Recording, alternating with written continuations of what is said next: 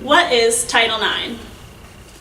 So Title IX states that no person in the United States on the basis of sex shall be excluded from participation, denied benefits, or subject to discrimination in any education programs or activities that receive federal financial funding.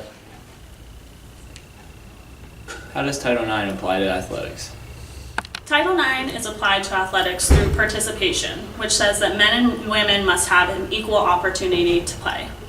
It's also through scholarships. So it says that males and females receive scholarships proportional to participation. And then other benefits as well, such as equipment and supplies, games and practice schedules, and locker rooms and practice facilities, to name a few. Many people aren't familiar with the equity laws described in Title IX, or may not even know how to implement the law. Here are some of our student-athlete interviews. Okay. What is Title IX? I don't know. Do you know how Title IX is applied to athletics? No. Okay, what is Title IX? That's the women's, there needs to be the same amount as, women's sports as guys' sports, and, the right for if they get, raped. They have, certain rights. Yeah, it gives women more rights when it comes to equality and things. Okay, do you know how else Title IX, in what other ways is it applied to athletics? I know that with Title IX, there has to be, if there's a men's sport, there has to be an equivalent sport for women. I don't know anything else. What is Title IX? Title IX is part of NCAA. All right, Title IX is a part of the NCAA, and it was designed to give men and women equal opportunity in college. What is Title IX? That's the sexual assault thing. That's you go report it there. Okay, how is Title IX applied to athletics? Oh, I don't know. Do you know what Title IX is? I do not.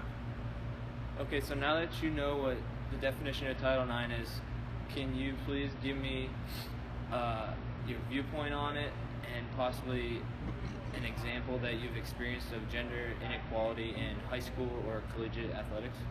After reviewing what Title IX is and hearing a description of it, I believe Title IX is a very key importance that should be expressed to all student athletes, female and male. Something that comes to mind with Title IX is inequality between women in wrestling. Women were always seen as unequal to men in the wrestling realm, and during my high school career, they were seen as not being as strong, not really, men didn't want to compete against females, and it was really discriminating against females because they were equally just as strong or equally just as able and capable of wrestling as a male would be. Another key issue that sticks out to me with it throughout my whole high school career was most female sports that I would watch during my high school career were coached by men and not by women. Since 1972, the number of female athletes at NCAA schools have increased from 30,000 to 193,000.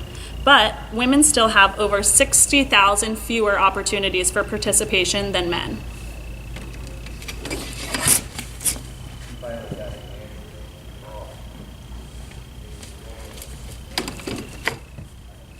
Athletic programs are grounded in the culture based on the values and experiences of men. This won't change until more women are hired as head coaches for men's and women's teams and athletic directors. So when football teams are the centerpiece for athletics, both in high school and colleges, women are not likely to be hired in positions of power or as coaches or to be seen as being able to work with coaching staff or football teams. So gender-related participation inequities often happen with high school and college football teams primarily due to their size and the increasing costs associated with fielding these teams. So many Big Ten schools, especially with football and basketball, they can fund the women's programs with their revenues, but since their costs are increasing at incredible levels, there are now needs for subsidies for women's programs. Changing an organization's an organization and its culture of sport is very difficult and can seem impossible at times when the person in charge doesn't see a reason to change it or sees it as a threat to their position. Women who tend to speak up are seen as troublemakers and can become marginalized.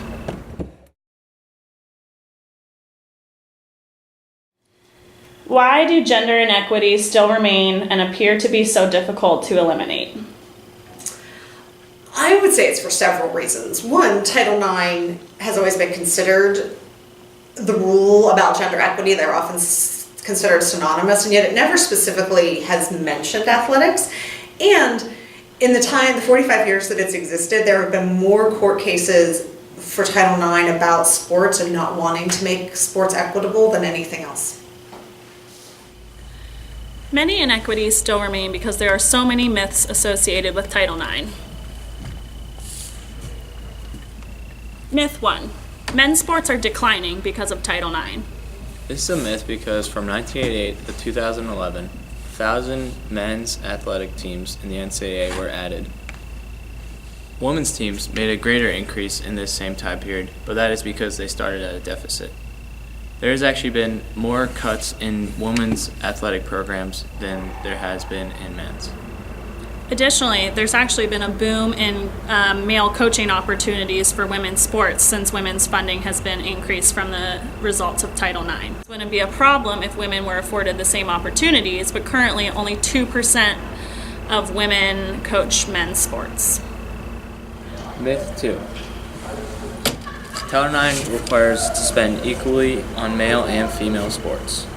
This is a myth because spending does not have to be exactly equal. As long as the benefits and services to both men's and women's athletics are equal overall. For example, the law recognizes that football uniforms cost more than swimsuits, so that discrepancy might not be a problem. It will be a problem, however, if a men's sport is receiving 3 practice uniforms and the women's team is only receiving 1 practice uniform.